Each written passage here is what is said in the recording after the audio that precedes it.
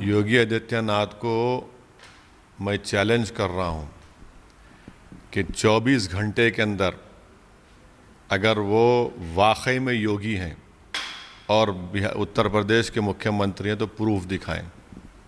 हाँ, योगी को दूल्हे भाई हर रात में ख्वाब में आते हैं, बहुत परेशान रहते हैं हमारा नाम सुन के, हमारे पूरे मेहनत और कारनामों को देखकर, मगर बिहार जाकर भी योगी दूल्हे भाई का नाम ले रहे हैं। पाकिस्तान और वैसी क्या योगी को नहीं मालूम कि पाकिस्तान को हमने जाकर वहाँ पर हमने पाकिस्तान में भारत के बारे में बताया था, भारत की जमहूरियत के बारे में बताया था, मगर ये योगी का फ्रस्ट्रेशन है। योगी में हिम्मत नहीं है कि हाथरस में एक दलित लड़की का अंतिम संस्कार उसके माँ बाप को सामने खड़ा कर नहीं किया गया, तो आज योगी बात कर रहे हैं ओवैसी की। क्या योगी हिम्मत है हाथरस को जाकर उन माँ बाप की आंखों में आंखें डालकर बात करने की? इलेक्शन हो रहा है बिहार का और पाकिस्तान, अरे हम नहीं नाम लेते पाकिस्तान का, तो इनकी ये ख्वाब में भी पाकिस्तान, दिन में भी पाकिस्तान, ज़बान पे भी इनके पाकिस्तानी है। तो ये इनकी आदत है, बौखलाहट का शिकार हो चुकी है, इसीलिए ये बकते रहते हैं और उसको कुछ भी नहीं है। सर, मध्य प्रदेश की एक मंत्री हैं उषा ठाकुर, उन्होंने बोला कि मदरसा जो है वो टेररिज्म को बढ़ावा दे रहे हैं, इस पर क्या कहना? तो फिर आपके प्रधानमंत्री, देश के प्रधानमंत्री नरेंद्र मोदी हर साल 120 करोड़ रुपये मदरसा मॉडर्नाइजेशन को क्यों दे रहे हैं? बंद कराइए ना उसको। पहले 120 करोड़ रुपये देते हैं, उत्तर प्रदेश में मदरसों को मिलता है, बिहार में मिलता है, तो बंद कराइए ना इसको। क्यों दुगलापन करते हैं? और मदरसों में कितने पढ़ते हैं मुसलमान? चलिए मदरसे अगर आपकी बात है तो स्कूल खोलिए ना मुसलमानों के लिए, स्कूल खोल के दिखाइए। स्कूल नहीं खोलेंगे, मुस्लिम इलाकों में पुलिस स्टेशन खोलेंगे, अस्पताल की जगह शराब खाने खोलेंगे और आप कहेंगे टेररिज्म। अरे ये बीजेपी तो देश की आज़ादी में इनका कोई रोल नहीं था।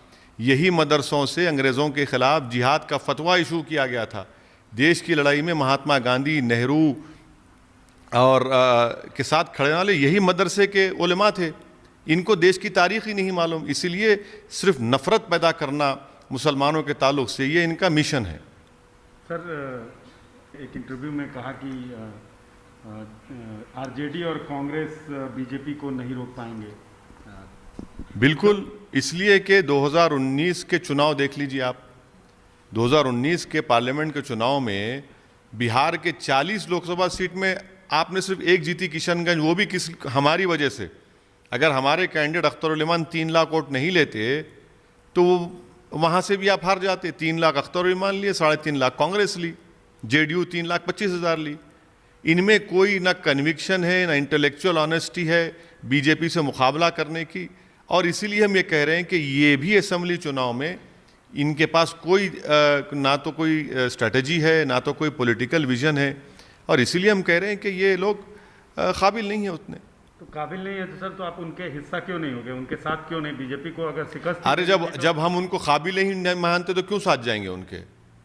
हम काबिल हैं, कुशवाहा साहब काबिल हैं, राजभर साहब काबिल हैं, बीएसपी काबिल है, ये हम लोगों में लड़ने का जज्बा लड़ेंगे। उनमें कहाँ हैं?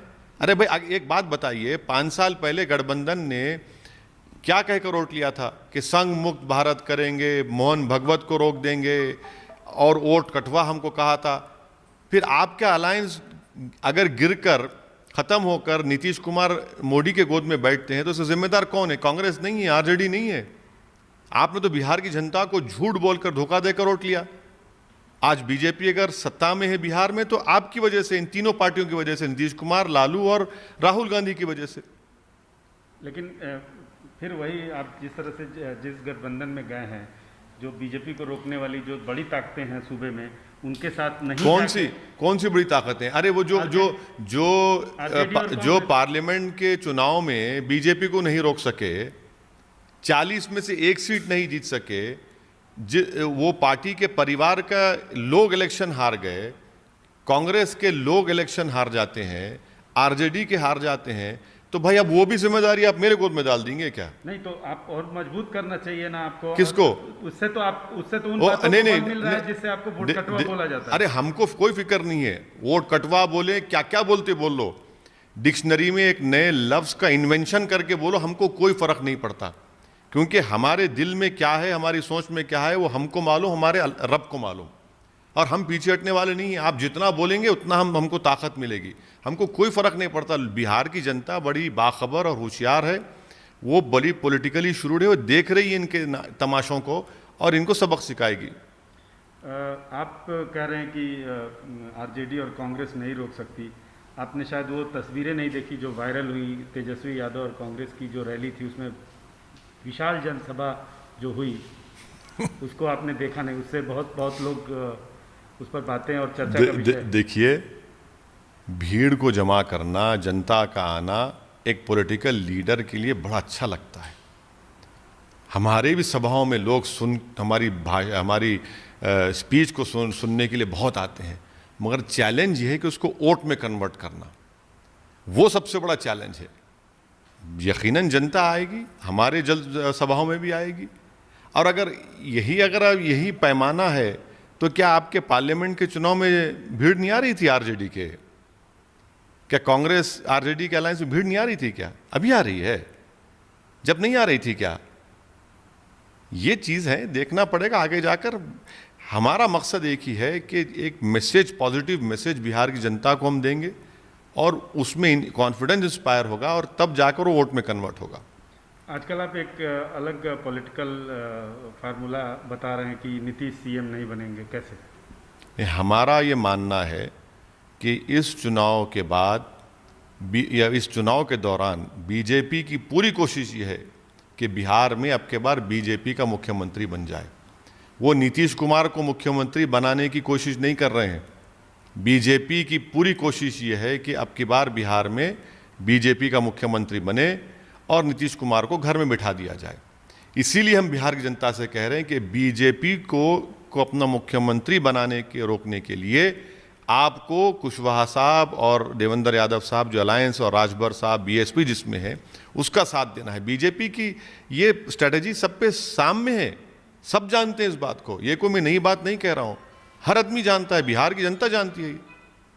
और रामविलास पासवान के जो पुत्र हैं चिराग पासवान, उनका जो इस समय राजनीतिक जो उन्होंने बातें कह रहे हैं कि प्रधानमंत्री का मैं हनुमान हूँ, लेकिन उन्हीं की पार्टी के खिलाफ लड़ रहे हैं, उनको आप कैसे देखते हैं? उनकी भूमिका को कैसे देखते हैं? भाई वो देखिए, अब वो किसकी लंका जलाएंगे, किसकी लंका जलाएंगे? वो ये दिल्ली में आप मोदी के साथ, पटना में नीतीश के साथ नहीं, आप ये किसको क्या कर रहे हैं? बिहार की जनता देख रही है इसको। और फिर आरएसएस के लोग ऑर्गेनाइजेशन सेक्रेटरी एलजेपी में ज्वाइन हो जाते हैं तो क्या पैगाम है? कौन इनको सपोर्ट कर रहा है? फिर बड़े बड़े बीजेपी के लीडर्स इनको ज्वाइन कर रहे हैं, और नरेंद्र मोदी के ताल्लुक से, अमित शाह के ताल्लुक से बोलते हैं कि ये लोग बड़े सख्त लीडर हैं। ये इतने नरम हो गए कि इनके पूरे के बड़े बड़े लीडर्स एलजेपी में जाकर इलेक्शन लड़ रहे हैं। ये किसकी आंखों में धूल झोंक रहे हैं? बिहार की जनता में तो आंखों में धूल नहीं झोंक रहे हैं आप।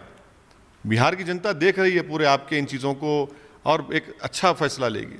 बीजेपी धूल झोंक रही है या चिराग पासवान? नहीं, ये मैं तो यही कह रहा हूं ना कि मकसद यही है कि बीजेपी का मुख्यमंत्री बने। नीतीश कुमार को मुख्यमंत्री बनाना बीजेपी का मकसद या आरएसएस का मकसद नहीं रहा। इनका मकसद ये कि अब के बार नीतीश कुमार को बिहार का चीफ मिनिस्टर ना बने, बल्कि बीजेपी का बनाए। और हम बिहार की जनता से कह रहे हैं कि आपने 2019 के चुनाव में आरजेडी को, कांग्रेस को वोट दिया, वो नाकाम साबित हुए। अपने वोट को, आपका कीमती वोट है, उसको ज़ाय होने मत दीजिए, उससे नुकसान होने मत दीजिए, अपना फ़ायदा कराइए और कुशवाहा साहब और देवेंद्र प्रसाद यादव, बीएसपी, राजभर साहब की अलायंस को वोट दीजिए। एक अंतिम सवाल सर, जो आपका गठबंधन है, आपके विरोधी, अरे भाई, ये जो तोपें तो चली नहीं 19 पार्लियामेंट चुनाव में। बड़े बड़े तोप गए थे, बड़े बड़े तोप गए थे 2019 के पार्लियामेंट चुनाव में। क्या तोप में पानी डाल दिए थे क्या? तोप ही नहीं चली, सब टाइं हो गए। चलिए, हम तोप हैं तो हमारा, जब हमारी घनगरज चलेगी वो निशाने में बैठेगी, हमको पूरा यकीन है। मगर आपका तोप तो एक्सपायरी डेट हो चुकी है ना उसकी। वो आपको बोल रहे हैं? अरे हमको तो सारी दुनिया बोलती है, हमको फिक्र नहीं है। बीजेपी बोलती है हमारे बारे में, आरएसएस बोलती, नीतीश बोलते, कांग्रेस बोलती, आरजेडी बोलती, बोलते रहिए ना। हमको नहीं बोले तो किसको बोलेंगे? अच्छा है, हमको इनको लगता है कि हमको बोलने से इनको रात में नींद आती है, पेट में दर्द कम होता है, बोलते रहिए। मगर बिहार की जनता ये भी देख रही है कि पूरे के पूरे एक होकर ओवैसी के पीछे पड़ चुके हैं। कितनी सीटें हैं आपका गठबंधन? अब नहीं, ये देखिए, ये सवाल आप किसी भी पॉलिटिशियन से पूछेंगे तो वो बोलेगा कि हम पूरा जीत रहे हैं। हम बिहार की जनता पे छोड़ रहे हैं। बिहार की जनता से रिक्वेस्ट करेंगे, उनसे निवेदन करेंगे कि आप हमको अपने आशीर्वाद से नवाजिए, अपने वोट से नवाजिए और हमको कामयाब करिए। ये तो बिहार की जनता को तय करना है। हम उनको कन्विंस करेंगे, हम उनको समझा रहे हैं और हमको यकीन है कि अब के बार वो 2019 में जो गलत फैसला ले लिया गया था, चाहे बीजेपी के नीतीश और कांग्रेस आरजेडी के बारे में, वो अब के बार नहीं लेंगे ऐसा गलत फैसला।